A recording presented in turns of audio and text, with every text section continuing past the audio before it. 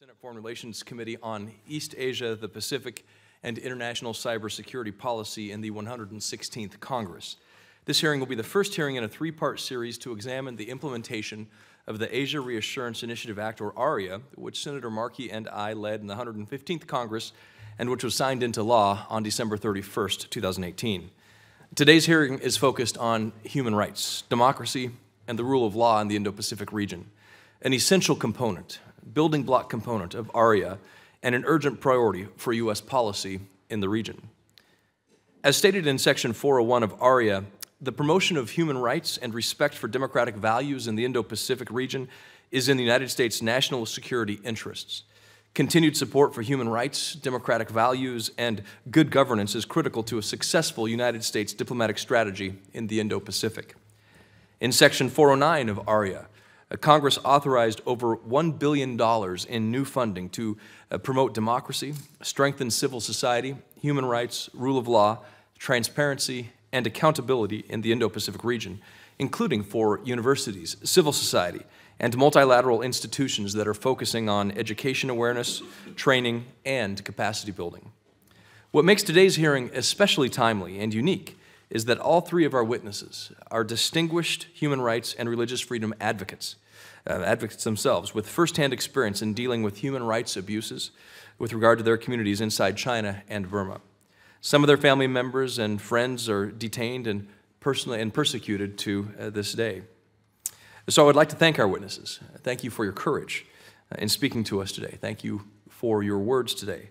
And I look forward to hearing their recommendation on how the United States can better prioritize human rights, democracy, and the rule of law in the Indo-Pacific region, and certainly beyond, as this eternal value of the United States. With that, I will turn it over to Senator Markey when he arrives, but we'll go ahead and start with the witnesses today, and I will just turn it over to you and introduce you and maybe have your comments and hear from Senator Markey shortly. Before I begin, though, with witness introduction, I would like to ask unanimous consent to enter into the record a statement by Amnesty International prepared for today's hearing. We'll wait for Senator Markey to make sure we get that consent. And then to all witnesses today, we kindly ask you to limit your verbal remarks to no more than 5 minutes, and your full written statements will be made a part of the record. I'm going to introduce all three witnesses. Our first witness is Mr. Rushan Abbas, who is the director of the Campaign for Uyghurs. Ms. Rushan Abbas, who is the director of Campaign for Uyghurs. Ms. Abbas is a former student activist of the pro-democracy demonstrations at Xinjiang University in 1985 and 1988. She left Xinjiang in 1989 and came to the United States to study at the Washington State University. Since her arrival in the United States in 1989, Ms. Abbas has been an ardent campaigner for the human rights of the Uyghur people. When the U.S. Congress funded Uyghur language service at the Radio Free Asia in 1998, Ms. Abbas was the first Uyghur reporter and news anchor broadcasting daily to the Uyghur region. As she describes in her testimony, Ms. Abbas has close family members that are currently imprisoned in Chinese concentration camps in Xinjiang. Ms. Abbas, we look forward to hearing from you. Today we're also joined by Mr. Bushang Tsering, who is Vice President of the International Campaign for Tibet. Mr. Tsering was born in Tibet. His family fled to India in 1960 in the wake of Chinese communist invasion. He studied in India and worked as a journalist in New Delhi before joining the Central Tibetan Administration in Dharamsala in 1984. He joined the International Campaign for Tibet in Washington, D.C. in 1995. He is a member of the task force set up by the CTA to work on issues relating to the dialogue process with the Chinese leadership and was a member of the team led by the envoys of His Holiness the Dalai Lama in the discussions that they had with the Chinese leadership between 2002 and 2010. Welcome, Mr. Tsering. We look forward to your testimony. Finally, joined by Mr. Toon Ken, who is president of the Burmese Rohingya organization based in London, United Kingdom. Mr. Ken was born and raised in Burma and is a member of the Rohingya Muslim minority. He has resided in the United Kingdom since 2004, where he founded the Burmese Rohingya organization, and in his current capacity has addressed to the British Parliament, the U.S. Congress, the European Parliament, and the United Nations Human Rights Council. In April 2015, he received a Leadership Award from Refugees International for his advocacy work. We welcome you, Mr. Toon, and we look forward to hearing your testimony today. Before I do that and turn to you, though, I would turn to Senator Markey for his opening comments. Thank you, Mr. Chairman, very much, and we thank you for this very important hearing. that we're having today and for your continued partnership on all of these issues. We applaud your courage to speak out in defense of your rights and are humbled by the personal sacrifices that each of our witnesses are willing to do on a daily basis. Thank you for the sacrifices of your families as well. Mr. Chairman, we are able to accomplish a great deal this year because of the Gardner-Markey Asia Reassurance Initiative Act, or Aria, as it is called. It was a statement of American commitment to our friends and partners throughout the Indo-Pacific. Aria covers a wide range of issues. It is no coincidence that this subcommittee's first hearing on this legislation in this Congress is addressing human rights, democracy, and the rule of law. These principles are not just integral to advancing U.S. interests abroad. These principles define us. For some, it is easy to question the importance of human rights in our foreign policy. The current administration's policies often highlight these doubts. Is there a trade-off between promoting human rights and protecting the political, economic, and military security of the United States? I believe history clearly demonstrates that the answer is no. When governments deny the fundamental rights of their people, they take their countries down paths that result all too often in mass atrocities, humanitarian crises, and civil war. These tragedies transcend borders, destabilizing entire regions, and impact the interests of the United States, our allies, and our partners. And when America stays silent in the face of these abuses, we cede our position as the last bastion of hope everywhere, fighting for the rights and dignities each of us deserves. And to whom do we cede this moral authority and leadership? Authoritarian governments. Strong men who are proliferating throughout the region are becoming increasingly emboldened, not just in how they repress their own people, but also in how they export their inhumanity to others. So, Mr. Chairman, I believe it is, in part, our responsibility to shine a light on some of the most pressing human rights concerns. Today's hearing is an opportunity to give a voice to the voiceless and to discuss what America can, should, and must do to defend those being persecuted. After all, we are nearing the 2-year anniversary of the mass atrocities committed by the Burmese military against the Rohingya people. And while the United Nations and others have used the terms, quote, genocide and crimes against humanity when referring to what happened to nearly 800,000 Rohingya, the Trump administration's lack of any such assessment is glaringly conspicuous. And the Chinese government has established a virtual prison state under the pretext of counterterrorism. Security checkpoints, police, intelligence operatives, and facial recognition technology are just some of the tools Chinese authorities use to carry out a massive surveillance operation against the Uyghur and Central Asian minorities. Over 1 million people are still in internment camps, and the Chinese are threatening anyone trying to highlight these abuses, even activists residing in the United States. And 60 years after the exile of the Dalai Lama, the Chinese government continues to apply the same heavy-handed tactics of repression against the Tibetan people that it has carried out for decades. But we should be clear, these are not the only human rights crises in the Indo-Pacific. Last week, with 4 other senators, I introduced a bipartisan resolution condemning the Duterte government in the Philippines for committing extrajudicial killings, falsely imprisoning human rights defenders and independent journalists. In Brunei, the government recently enacted brutal new criminal laws that include death by stoning for sex between men or for adultery, and amputation of limbs for theft. This is nothing short of barbaric. And in Cambodia, the Hun Sen regime continues its campaign to dismantle the country's democratic institutions, holding a major opposition leader under house arrest and jailing journalists. These developments are extremely troubling, but I hope that calling attention to them will help reduce their prevalence.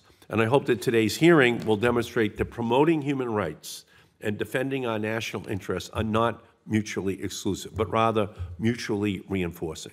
So again, we thank each of our witnesses for all of the work which they do on human rights, and I thank you, Mr. Chairman, for this very important hearing. Thank you, Senator Markey, and I would like to submit for the record a letter from Amnesty International regarding today's hearing. Beautiful. Thank you. Without objection, that will be entered in the record. Ms. Abbas, if you would like to proceed with the testimony, thank you. Thank you, Senator Gardner and the members of this subcommittee. Since September 11, 2018, my sister is detained in China's Orwellian political education camps. We call it concentration camps. She's detained in retaliation for my public advocacy. On September 5th, 2018, I spoke at one of the think tanks in Washington about the conditions of the camps, outlining the fate of my in-laws. 6 days later, my sister, Dr. Gulshan Abbas, and my aunt were abducted. I have been a proud citizen of the United States for 25 years. Yet the long arm of the Chinese Communist regime has extended its reach across the borders to ravage my heart by jailing the only close family I have back home. My sister was a retired medical doctor.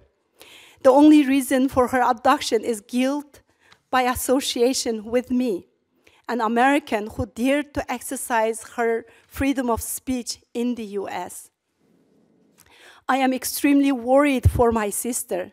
I'm not sure if she is able to tolerate the harsh conditions of the camps for long and survive when she has been facing food and sleep deprivation, dehydration, forced medications, and physical and mental torture for over 7 months now.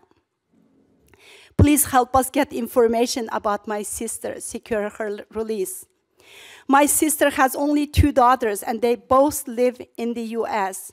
My niece, Ziba, a US citizen, came from Florida to be with us today, where she lives with her husband and her 9-month-old baby. She's here now behind me. She wants to know if her mother is alive. Her husband and I both served this great country as DoD contractors. My brother, Dr. Rishad Abbas, is also among us. He's a US citizen contributing both as a senior scientist and a human rights advocate. This is a targeted attack on American citizens. Ms. Zeynep Ablajan here with us too. She is the wife of prominent Uyghur scholar Yalqun Rozi. Yalqun Rozi worked on compiling Uyghur textbooks with the Chinese government's request. With the current crisis, he was sentenced to 15 years in jail. Like so many other Uyghurs in US and around the world, our stories are not unique. Almost every Uyghur in US has friends and family who are currently detained. Sometimes by dozens and the dozens of family members are missing. The only crime of my sister, Ms. Ablajan's husband, and the other millions of Uyghurs suffering is being Uyghur Muslims. What the Chinese government is doing is evil, crime against humanity, and at this point, it has become about the right to live and the means to survive as human beings. It challenges basic integrity, and the world cannot be silenced when over 1 million Uyghurs and the other Muslims are being detained, stripped of their culture, and forced to swear blind loyalty to the communist Chinese regime and Xi Jinping. China should be held accountable for its actions. We appreciate the strong words coming from the State Department and Vice President Pence, but at some point, words are not enough. Action is needed to hold Chinese officials and businesses accountable. Push back against the Chinese government's narrative and actually demand China to close the camps. We truly appreciate the leadership of Senator Rubio and Congressman Smith on the CECC as they started raising these issues over a year ago and continue to press. the administration to act. The letter sent to the administration last week by Senator Rubio and more than 40 members of the Congress is important. The Senate should stay on the top of the administration to use global Magnitsky sanction to target the Chinese officials who are responsible for these crimes against humanity. Please pass the Uyghur Human Rights Policy Act sponsored by Senator Rubio and Senator Menendez. Over 25% of the Senate have sponsored. We hope the bill will be passed quickly. Instruct the FBI and the State Department to work protect Uyghur Tibetans and the other activists from threats or coercion from the Chinese affiliated agents. Authorize to doubling the broadcast time for Radio Free Asia Uyghur service. RFA reporters have provided the best information about what's happening on the ground in the Uyghur region. RFA reporters have families detained for retaliation for their work. Of the money authorized in the Asia Reassurance Act for the promotion of democracy, human rights defenders, and young leaders, Section 409, 410, and 411, we ask that money can be designated to assist Uyghur, Kazakh, and the other groups to document the atrocities, document Chinese government's propaganda globally, and to support activities to preserve cultural traditions. Point out the administration that if China is successfully keeping it from acting to deter the targeting of American citizens and hold China accountable for the concentration camps, China has already won in linking anything, whether money from the trade or fear of retaliation, to America's ability to stand up independently against evident evil. If the administration waits to act until after the trade talks end, will it ever act when it has conceded such a linkage and granted China such a leverage over US actions?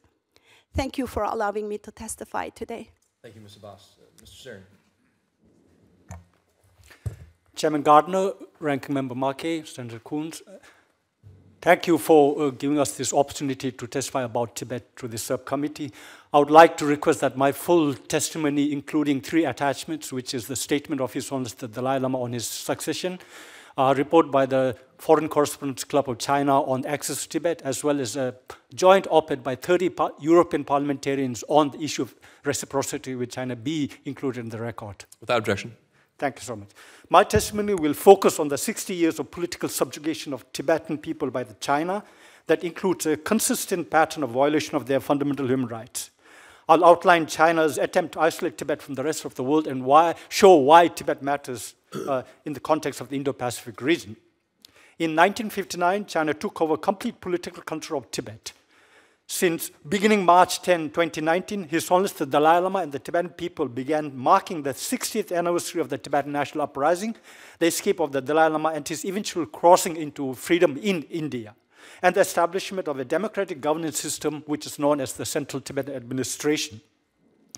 In the past 60 years, the Dalai Lama had the far-sighted vision to undertake initiatives and establish institutions in exile that have empowered the Tibetan people to preserve and practice their religion, tradition, and way of life. At the same time, the Dalai Lama has continued to work for a peaceful resolution of the Tibetan problem.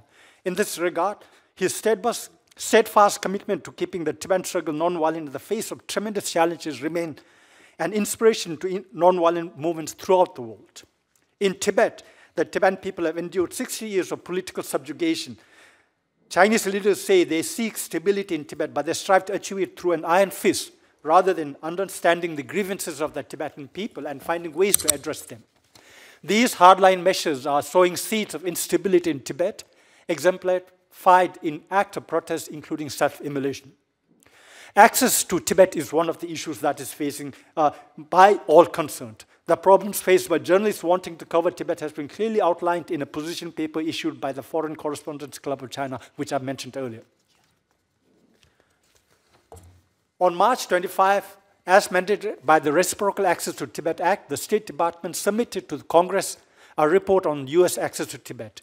We would like to commend the State Department for the report, which finds that China systematically impeded Americans' travel to Tibet in 2018.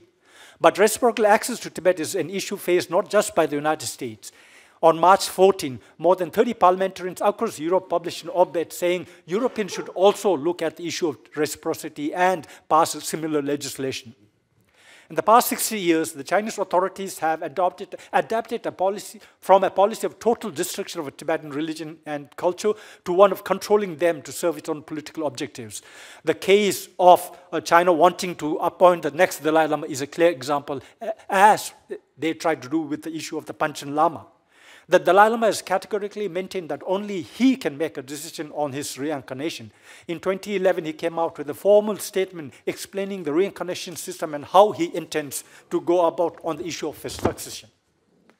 By wanting to select the next Dalai Lama, the Chinese government aims at extending its control on Tibetan Buddhism in the Indo-Pacific region with clear geopolitical implications. If not challenged rigorously by free countries, this decision could affect the religious freedom not just of the Tibetans, but of millions of followers of Tibetan Buddhism worldwide, including which affects the United States' security interest.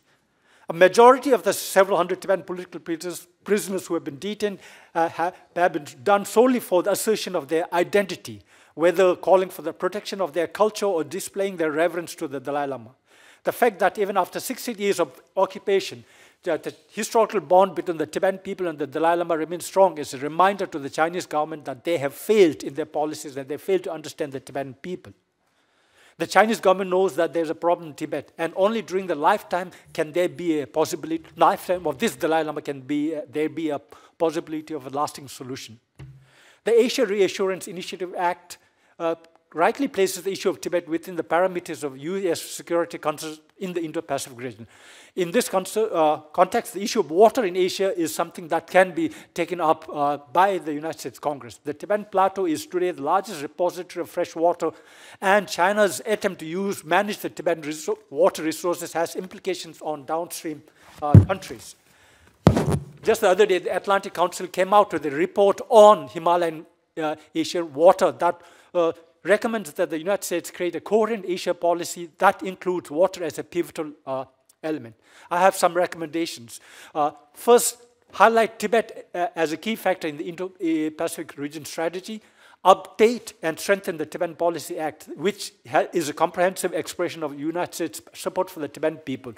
The Congress should think of incorporating recent developments, including clarifying U.S. policy on the issue of reincarnation of the Dalai Lama.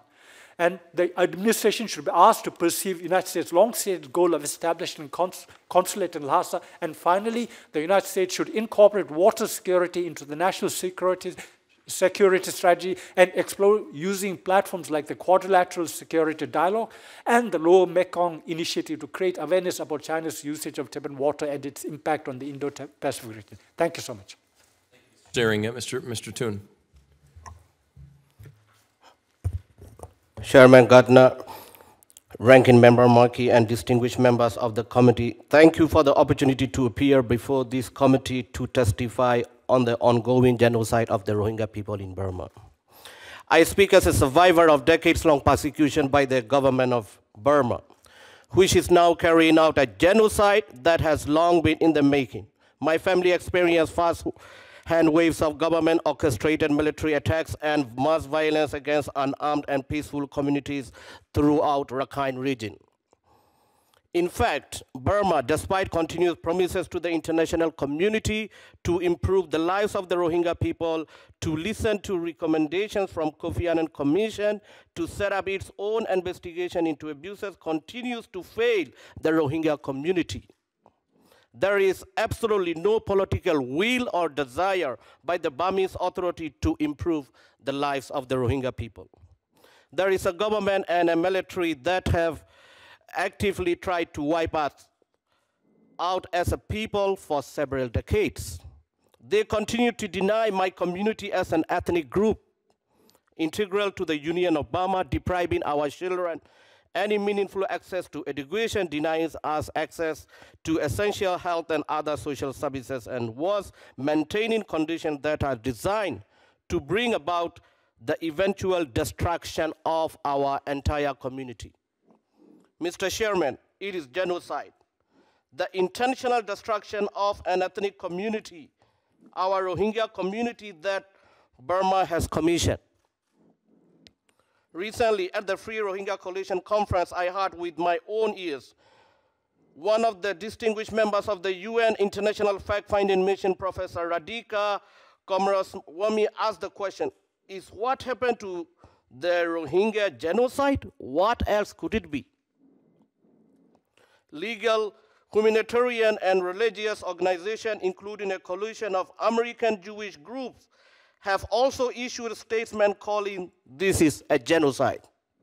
This is welcome support, but we need to move beyond what civil society globally has widely recognized as Rohingya genocide. We need action from governments and international community. That is why the hearing today is so important. We must stand together and push for a change. International community must do more. Never again is a meaningless phrase unless it is backed up with action. A powerful action that the United States can take is to reintroduce the Burma Human Rights and Freedom Act and pass it and sign it into law. It authorizes critical humanitarian assistance for Rohingya refugees in Bangladesh. It calls for a safe, dignified, and voluntary repatriation process of Rohingya refugees to Burma, for any repatriation process to be developed with significant input from the Rohingya community. It further calls for the restoration of full citizenship rights for the Rohingya people. The repatriation process and citizenship is important, as China helped to draw up a plan where no single Rohingya is prepared to return Burma voluntarily. This is not acceptable. For 40 years, we have been promised safety by Burmese government, only to be slaughtered and violently deported subsequent to our return. As in the cases of Tibet and Uyghurs, China has been an evil force in our oppression. China protects Burmese perpetrators instead of standing up for the Rohingya people. Burma, it is important to remember that United Nations fact-finding mission has stressed that NLD civilian government is also complicit in genocide due to their crimes of omission and other acts of dismissal of genocide findings. Burma's non-existent democratic process must not be pursued or supported at the expense of several million of Rohingya people, whether they are in Burma, in refugee camps, in Bangladesh, or in diaspora. Mr. Chairman, US government and international community must act now. I call on the US Congress to recalibrate its policies towards Burma as exemplified by last year's Burma Human Rights and Freedom Act. I urge you to reintroduce it and pass it to work with the Rohingya diaspora and the survivors in the camps to ensure the protection of the Rohingya people. Thank you very much for your time. Thank you, Mr. Toon. Thank you all for, again, for your testimony and words today. I want to ask a question to all three of you.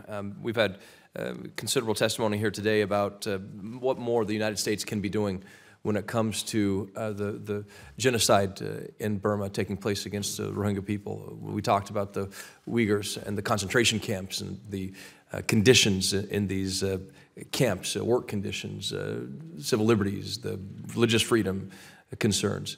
We talked about the Chinese declaration of the next Dalai Lama. And let me be very clear, the United States Congress will never recognize a Dalai Lama that is selected by the Chinese. This is something, as His Holiness has laid out at the session, only then will the U.S. follow that secession as laid out in your testimony. To all of you, the United States has condemned the concentration camps in China, condemned genocide. I want to drill a little bit more further into that question of what the U.S. has done, and clearly the concerns in Tibet. Ms. Abbas, to you I would ask this. What have you seen from other countries around the world when it comes to condemnation or actions taken against the Chinese for the imprisonment of the Uyghur people? United States is really leading this action. They're doing something by condemning. Turkish government is the only government saying about the concentration camps is not right and they should be closed, condemning.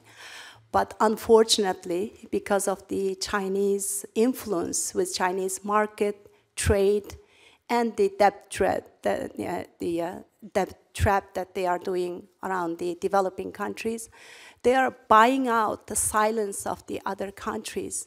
Currently, OIC, the Organization of Islamic Cooperation, passed a resolution approving that the treatment of the Uyghur Muslims.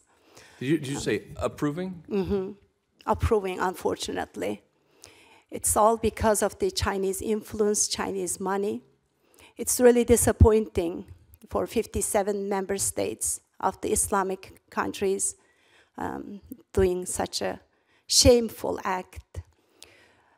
Canada, Australia, UK, and New Zealand is having fact-finding hearings, and the congressmen, the representatives, the lawmakers are condemning the Chinese concentration camps. That's about what's happening, but we really need to see some actions.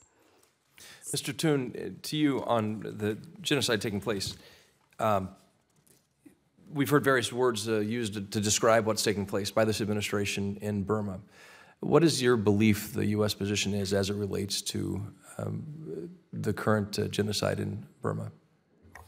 Mr. Chairman, thank you very much for your question. And it is important that we are a people, you know, as I mentioned, as I read in my statement, more than 40 years we've been facing this persecution is systematically, you know, destroying our community. This is time now where where 80% of Rohingya population already fled, from Burma because of systematic policy to wipe out our community. And finally, UN fact-finding mission mentioned what is happening is a genocide. So when I visited to the camps, I heard from the victims, they have a kind of high expectation from United States. United States being a champion for the human rights and democracy for Burma. So when United States is supporting human rights and democracy for the reform in Burma, we need to look at, a Rohingya community facing genocide, and we need to look at how could be possible, to end this genocide. Firstly, to bring perpetrators to the justice. Justice mechanism all need to be used. And we welcome targeted sanctions, but still we have not seen the commander-in-chief who mentioned in Washington Post that unfinished business of 1942, and that commander is still not in targeted list, and other commanders who ordered to slaughter, to rape, to mass kill, to throw, children to the fire. They're still not on the list. This is very important, I believe, to put on the sanction list to those military who are, and also military-related companies are there. In Burma, even though we have seen the Aung San Suu Kyi in power, there is military still and backbone. 2008 constitution, guarantee them power, and the military companies related, those need to be sanctioned from US.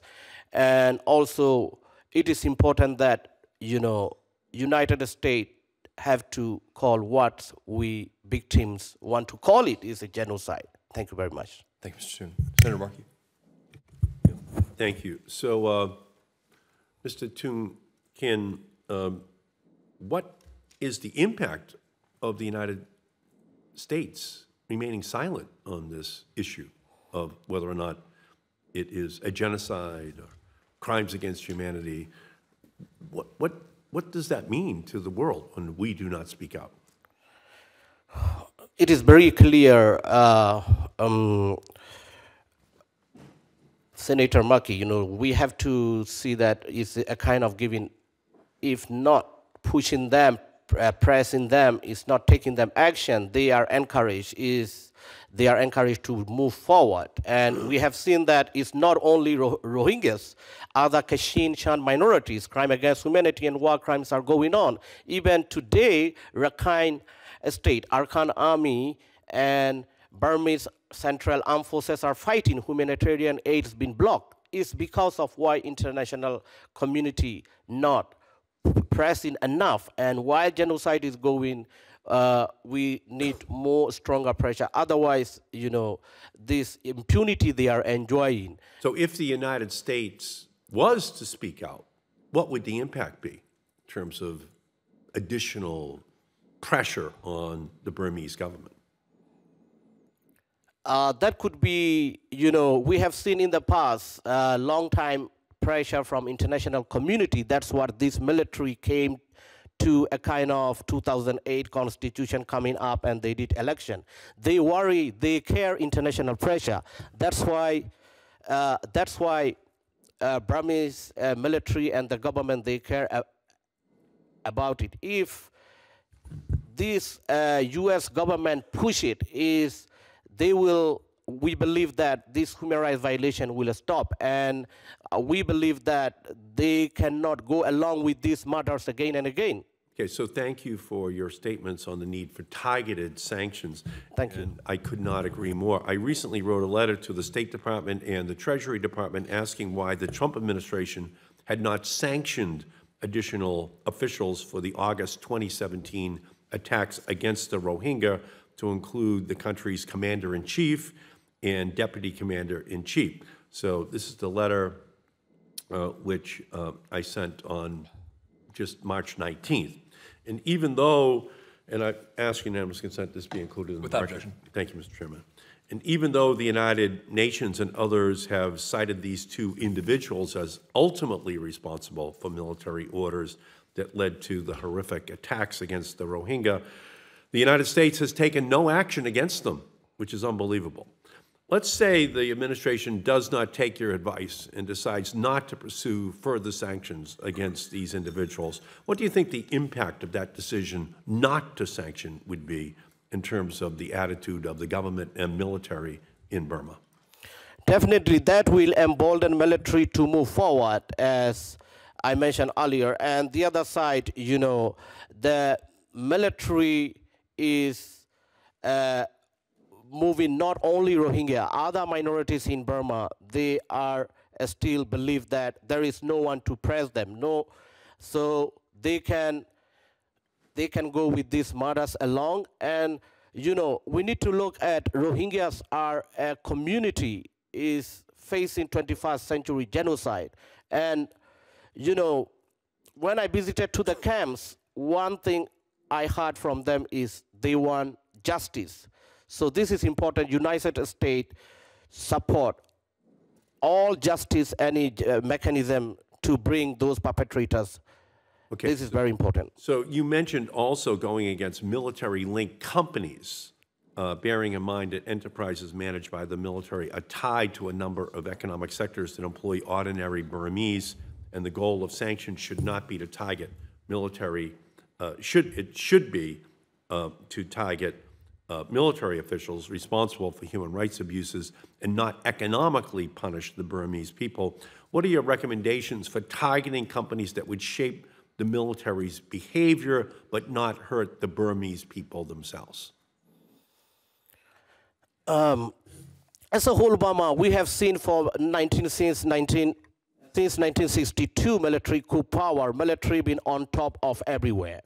Military is controlling, you know, military cronies there, and military controlling most of the business. So we believe that military are totally control of most of the business. If this been blocked and this been freeze, and military will not be able to move forward, and they will feel the pressure, definitely, I can say that. Thank you. You mentioned in your testimony China continues to protect the Burmese military from condemnation at the United Nations, and they have continued to discourage international efforts to support the plight of the Rohingya. In addition, there are disturbing reports that Chinese officials have given Burmese officials advice on how to effectively repress Rohingya minority still in the Rakhine state. What more can you tell us about China's ties with the Burmese government? China, firstly, is still influential to the military. They have a pipeline and port in Rakhine State, and as a whole, Burma, China is really influencing economically, politically. That is, we can see, and even civilian government being still under influence of China, as far as what we can see now. So what would your recommendation be to the United States to reduce China's negative influence on human rights in Burma? Sorry? What would your recommendation be to us, that is the United States, in terms of actions we could take to reduce China's negative influence on human rights in Burma?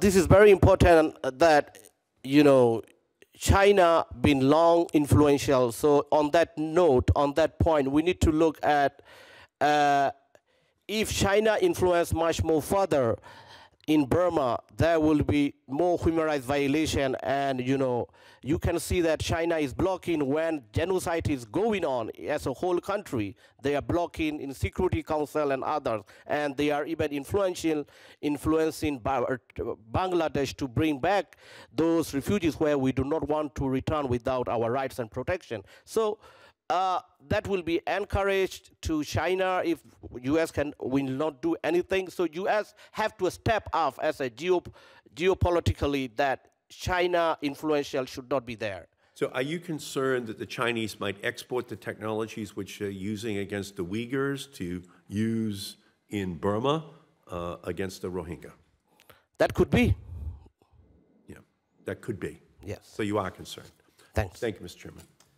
Thank you, Senator Markey. And I am going to head to the floor here for a speech on a nominee as well as a vote, and turn it over to Senator Markey, and then I'll come back as quickly as I can if the hearing is still continuing to allow Senator Markey to vote. A quick question before I leave, though. The Asia Reassurance Initiative, as we've talked about, various sections that address human rights, democracy, and rule of law, provides significant funding, $1 billion in authorizations from the U.S. Government to address these areas, including the BBG and other Radio Free Asia efforts and programs.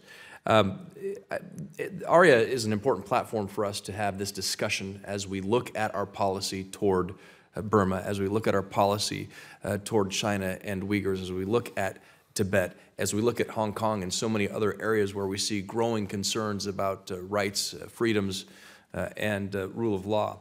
One of the challenges we have, of course, is speaking with one voice as it relates to Burma. As recently as the Defense Authorization Act of last year, there was language initially in the legislation that would have given more opportunities for the U.S. government to work with the military in Burma, despite the ongoing concerns of genocide, the reality of genocide in Burma. And we were able to get that language stripped out of the Defense Authorization Act, but it shows that the government, the U.S. government, is not speaking with one voice and one clear message as it relates to the atrocities in Burma. So, Ms. Abbas, quickly, and then I'm going to step out, but I want this for the record. Could you talk a little bit about the dollars authorized by Aria, where you believe they could be spent? Radio Free Asia is something you mentioned. How could we target money support from Aria to more effectively counter violations of human rights throughout Asia and to help assure voices of freedom are able to secure a foothold? With that, I'll turn it over to Senator Markey. The Radio Free Asia, the Uyghur services being very essential when there is a strong information blockade by the Chinese government.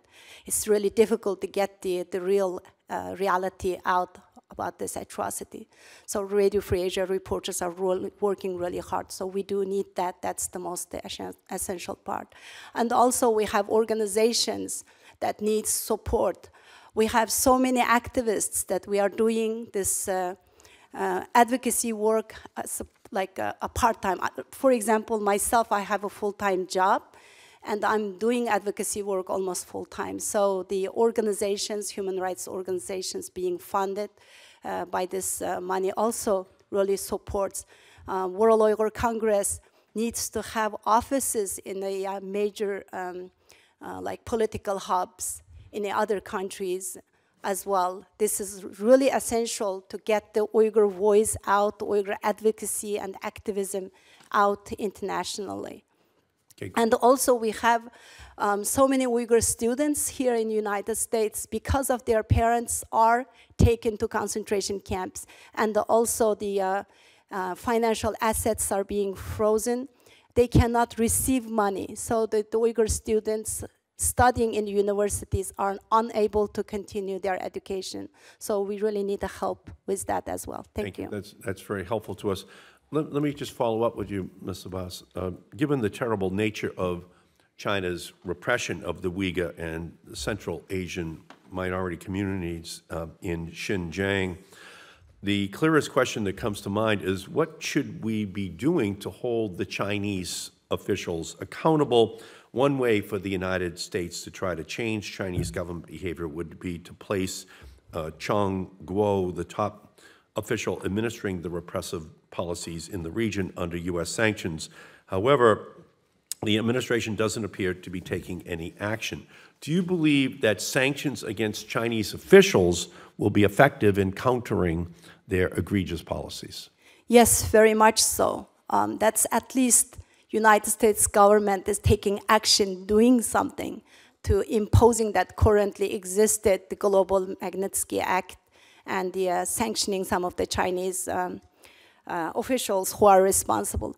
And also, we have current trade negotiations. This atrocity should be included in the trade talks. The human rights must be included in the foreign policy of this administration. So it's very crucial.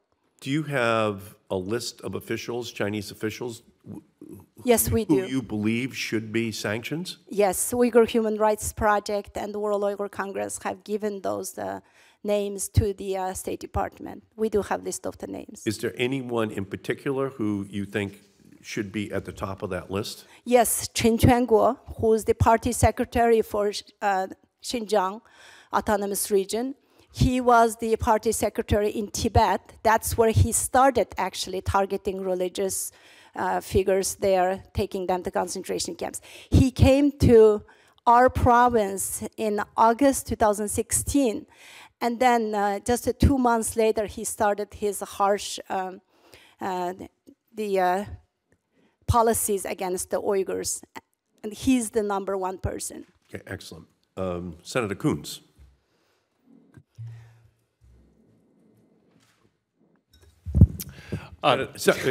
Senator Coons, in his usual bipartisan pluperfect form, has indicated non-verbally that he would prefer to defer to his colleague from Indiana, Senator Young. Well, and thank you, Senator Markey, and thank you, Senator Coons, for your characteristic comity. I'm grateful for that. Thank you to our witnesses for being here today. Mr. Kin, in September of 2018, I, along with Senator Menendez, asked our Department of State to provide a formal legal determination regarding the actions of the Burmese military to Congress. On December 3rd of last year, the United States Holocaust Memorial Museum announced it found compelling evidence that the Burmese military committed ethnic cleansing, crimes against humanity, and genocide against the Rohingya. How would a U.S. government formal legal finding that genocide was committed help bring accountability, but also further long-term reconciliation in Burma? First thing, when we have seen fact-finding mission, UN fact-finding mission already mentioned what's happened is a genocide is clear. And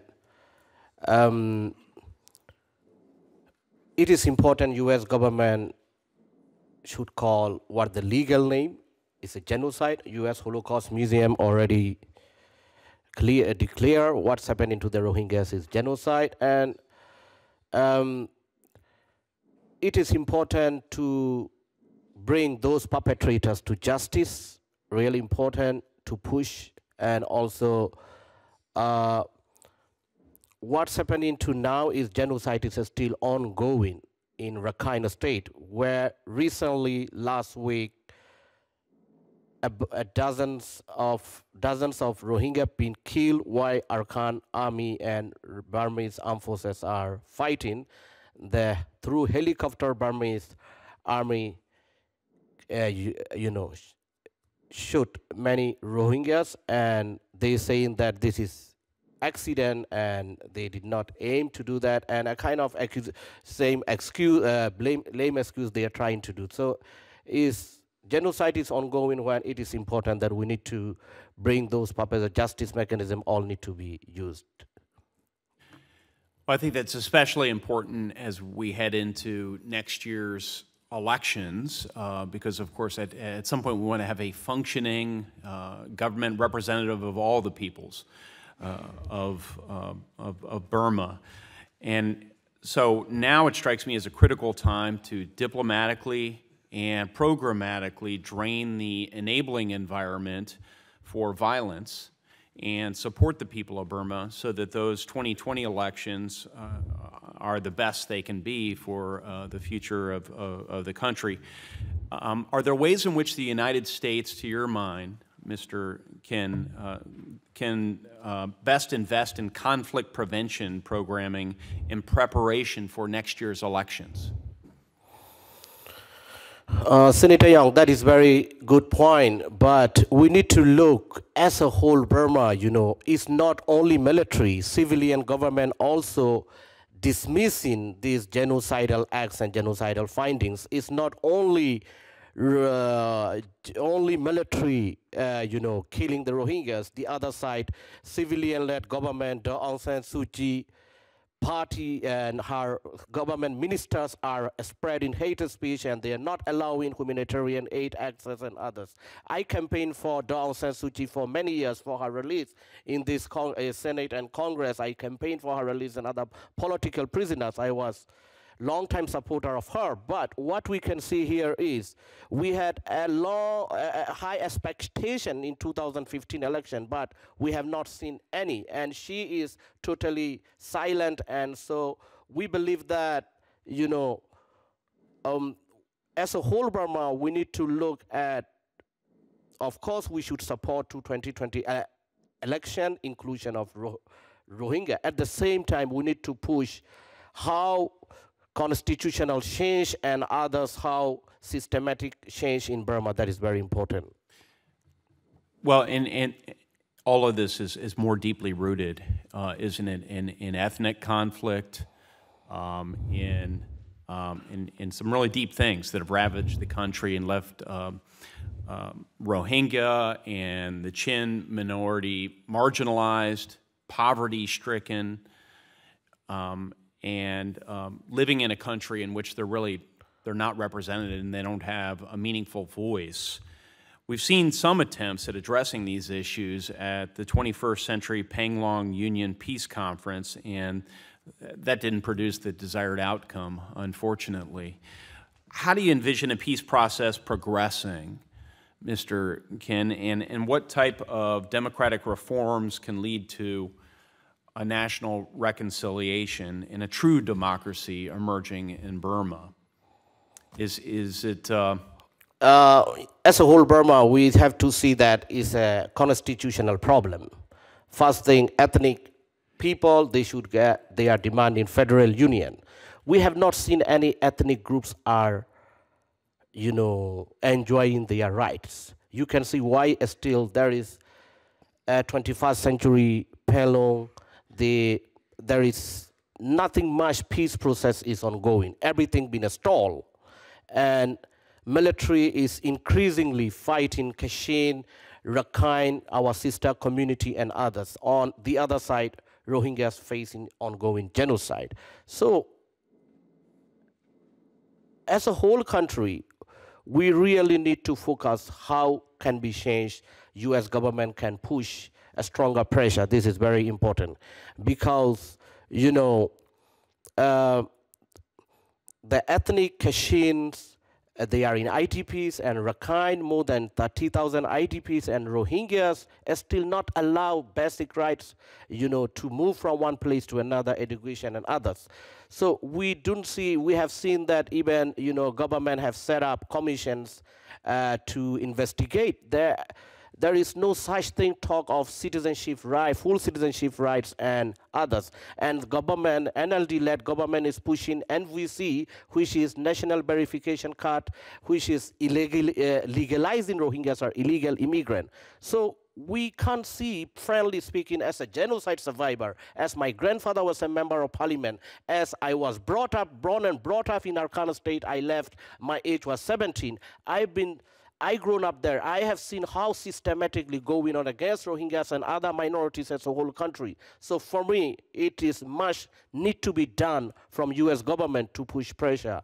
And of course, we should support so-called democratic reform, but 2020 election, all ethnic minorities must allow to vote and allowed to be member of parliament, particularly Rohingya people. We had right to vote and right to be member of parliament since 1936.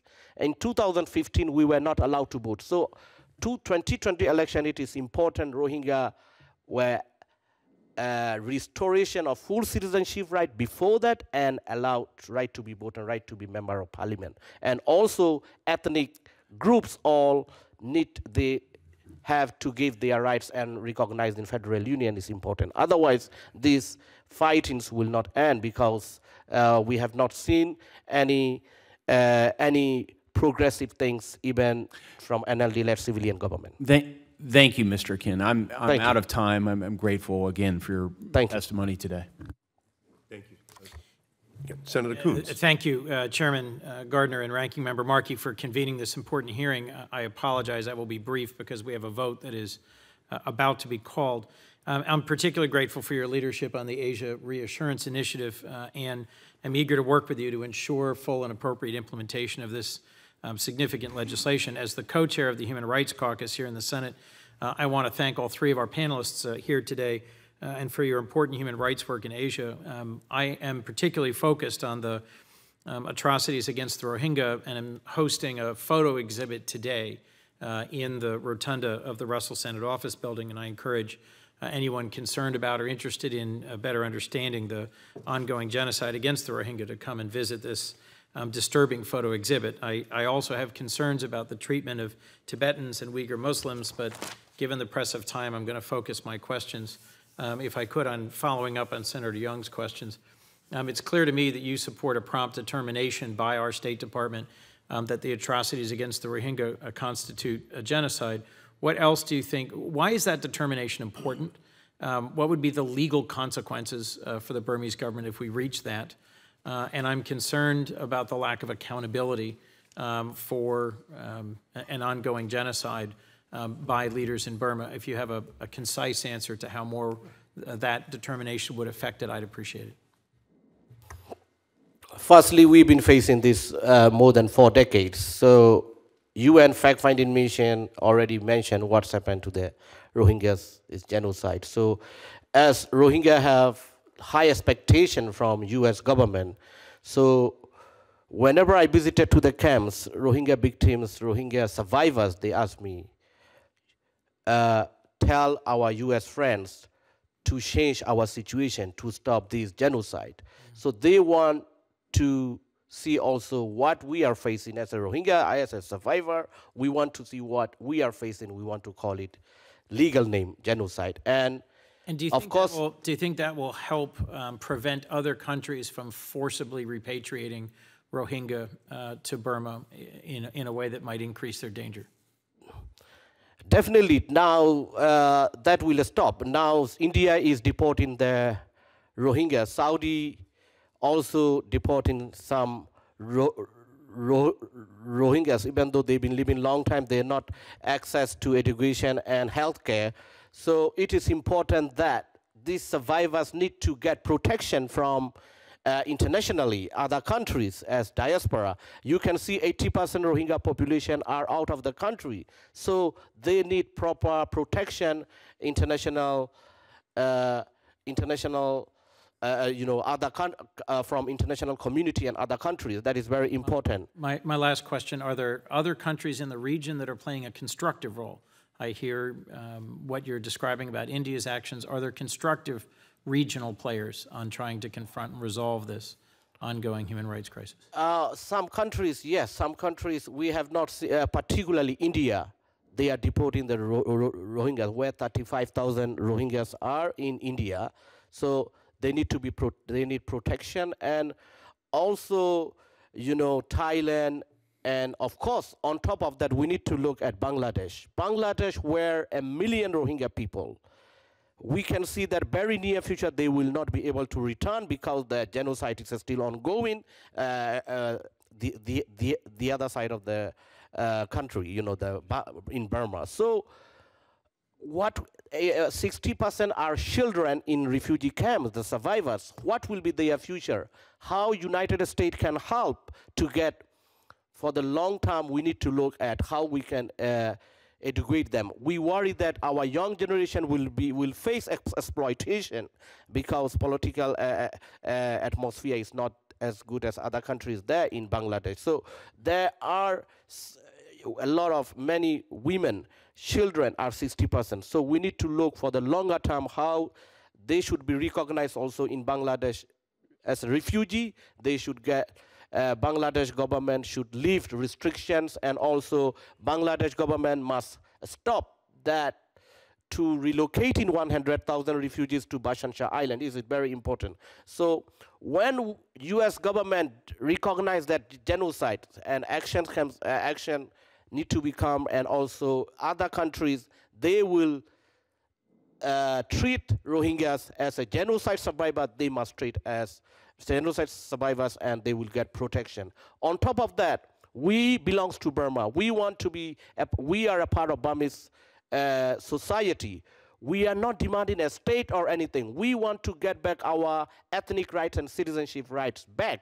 So I would like to appeal today the Senate to pressure any way you can to restore the rights of our people. And of course, on top of that, justice and all mechanism needs to be explored.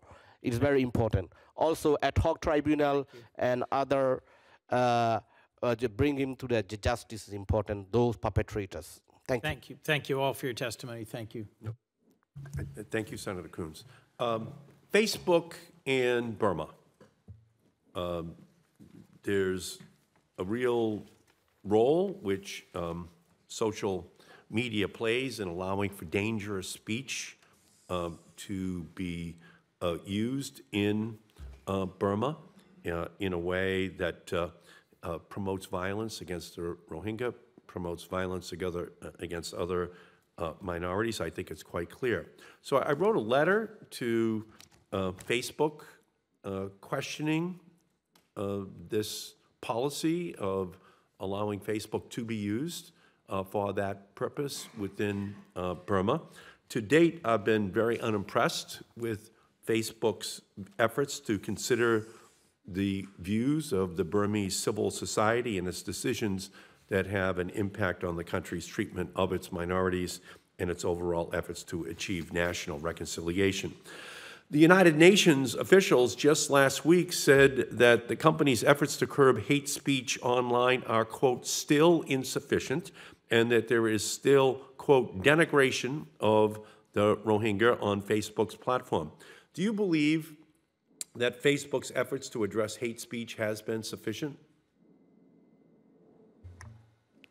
Of course, they have to stop it. They've been a part of it. When after 2012, 140,000 Rohingya become IDPs in Sitwe, Arkan State.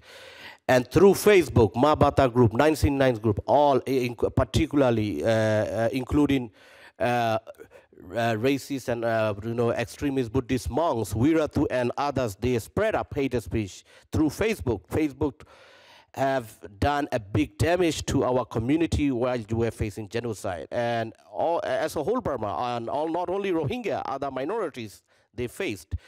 But we have seen recently Facebook have closed down some pages. It is really good, but I don't think it is enough.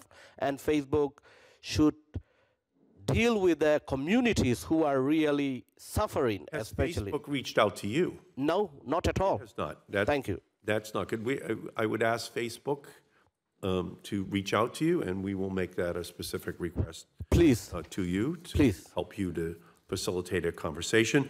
What do you think that Facebook can and should do to better address the danger of speech and that targets the Rohingya? Do you have any specific recommendations? It is important. Facebook being, used by as a whole country in Burma mostly, not even Twitter, in Burma. So Facebook can educate many ways how a community suffering in Burma, how 80% population been get rid of systematically by the government, and how important inclusion, all need to live harmony with side by side other communities in Burma. That is a key role they can play. Also, they can educate many other ways how Burma, human rights violation been facing, and many different ways they can educate the normal, ordinary Burmese people to see Rohingyas and how other minority rights been important internationally, what action should take. There is a lot of ways Facebook could do. Excellent. Thank you. Mr. Searing, we have noted earlier this year is the 60th anniversary of the Dalai Lama's exile from Tibet. Clearly, the persecution of the Tibetan people is one of the longest-running challenges to the international community's human rights record. And I'm not sure we have seen much progress in promoting human rights in the region. Do you think U.S. programs to support human rights in Tibet have been effective? And if not, what recommendations would you make in order to improve U.S. programs to press for better human rights? Senator, the United States government has been an important player in terms of encouraging the Chinese government to resolve the issue of Tibet, including altering human rights policies, but broadly speaking, in finding a political solution to the issue of Tibet. So that position is good. And in fact, it's one of the reasons that helped the Dalai Lama's envoys in starting a dialogue between the envoys and the Chinese government between 2002 and 2010. Since then, there have not been any resumption of the dialogue process. And one reason could be that in the past, the Chinese government realized that the United States was serious in its effort. But since 1997, all American presidents, until President Trump, have spoken out publicly asking the Chinese government to talk to His Holiness the Dalai Lama and his representatives, because the United States feels that the middle way approach of His Holiness the Dalai Lama is the right approach. And so far, we haven't seen President Trump make public address, nor has Secretary Pompeo made a public address, or in their summits with the Chinese president. We haven't seen. You want President Trump and Secretary Pompeo to make public statements. We need that, because then the Chinese authorities will realize that the United States is serious. And what impact do you think publicly calling out the lack of access given to U.S. visitors and officials will have on Chinese government behavior in Tibet? I think lack of access to Tibet, which is again in the Reciprocal Access to Tibet Act, as well as the Asia Reassurance Initiative Act, both have a significant message to the Chinese government, because China always, when the international community raised the issue of Tibet, one of the Chinese defense mechanisms is to say that you're interfering in the internal affairs of China. But both the Reciprocal Access to Tibet Act as well as the Asia Reassurance Initiative Act says that national security of the United States and the rights of the American people are also involved in the matter of Tibet, and therefore China should act. So coming from this perspective, the Chinese government cannot claim that the United States is interfering in China's internal affairs when you take up the rights of access to Tibet for Americans, just as Chinese have free access to the United States, and therefore it's important. In Title IV of the Asia Reassurance Initiative Act, it supports additional resources for a human rights Defenders Fund for the Indo-Pacific. Can you speak about the challenges and opportunities such a fund could have in supporting human rights defenders in Asia? Senator, is that addressed? Yeah, to any of you, yeah. We see that Aria has provision for that, and also I think in Aria specifically talks about Tibet in the context of sustainable development, promotion of education, promotion of environmental conservation. So these money could be allocated to these as set in Aria to the Tibetan community, both in Tibet as well as in exile, that can help the Tibetan people preserve and promote their identity, because that is one way of confronting China's effort at destroying Tibetan culture and way of life in Tibet. We ask that money can be designated to assist the Uyghur, Kazakh, and the other groups in it to document the atrocities happening back home. And also Chinese government's propaganda globally about their activities, and to support the activities to preserve the Uyghur traditions and the sustainable development and education in Uyghur communities in China and abroad. Okay, excellent. Mr. Tung Kung, any recommendations for how a human rights fund might be used out of Title IV of the Aria Act? I think for Burma, it is important to support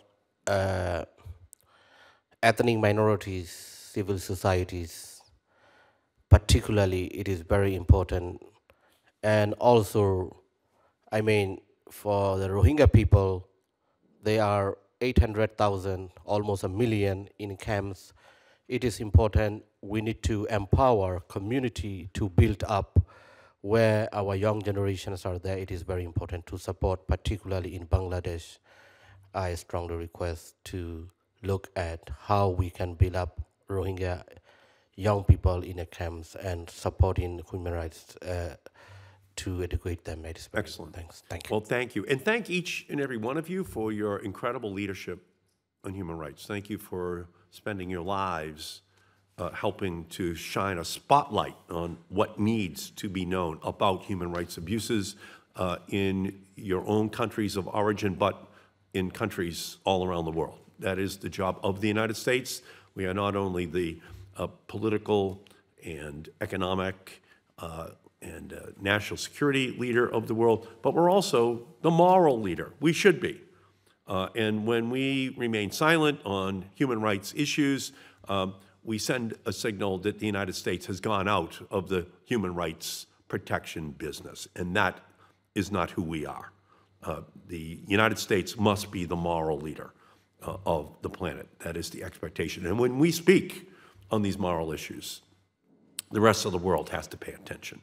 So I would call upon the Trump administration to step up in each one of the countries that we are hearing from today. I think it's absolutely imperative that they do so. And you will be hearing voices from this committee on an ongoing basis. So I just can't thank you each enough for everything that you continue to do. And to you, Ms. Abbas, I'm going to work with Senator Gardner to work to maybe spotlight what the Chinese have done to your family members. I think we have to highlight that more. When you speak, your own family should not be punished back in China. So we're going to try to work together here to make sure that we put more of a highlight on what happened in your particular instance, because it's a perfect example of how the Chinese government does operate with regard to the Uyghurs, but it's also a perfect example of what they're doing in Tibet, and actually the aid and comfort they're giving to the Burmese government as well. So that's a big part of what we're going to be trying to work on in the coming weeks and months. Senator Gardner is still over on the floor waiting to speak. It's just a little bit delayed over there. So with that, I will close off this hearing And I want to thank everyone for attending today's hearing and to the witnesses for providing us with your testimony and responses. And for the information of all members, the record will remain open until the close of business Thursday, including for members to submit questions for the record. And I would ask the witnesses to respond as quickly as possible to the questions that will be presented to you in writing. So with all of that, we thank you for your leadership, and this hearing is adjourned.